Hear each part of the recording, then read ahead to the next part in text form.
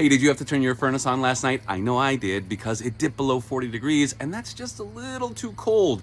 People are starting to close up their pools, they're taking their boats out of the water. Everything looks to be a little bit depressing. Wrong.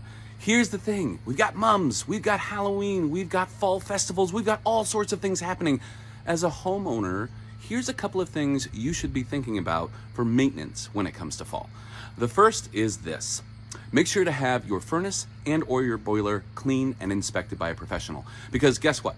The first time the snow flies and it's really cold and it's a Saturday, they're gonna charge you an arm and a leg to service this. So do it now and make sure to make any repairs that you need right away.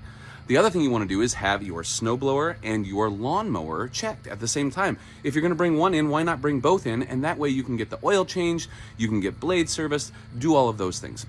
Then you have your gutters.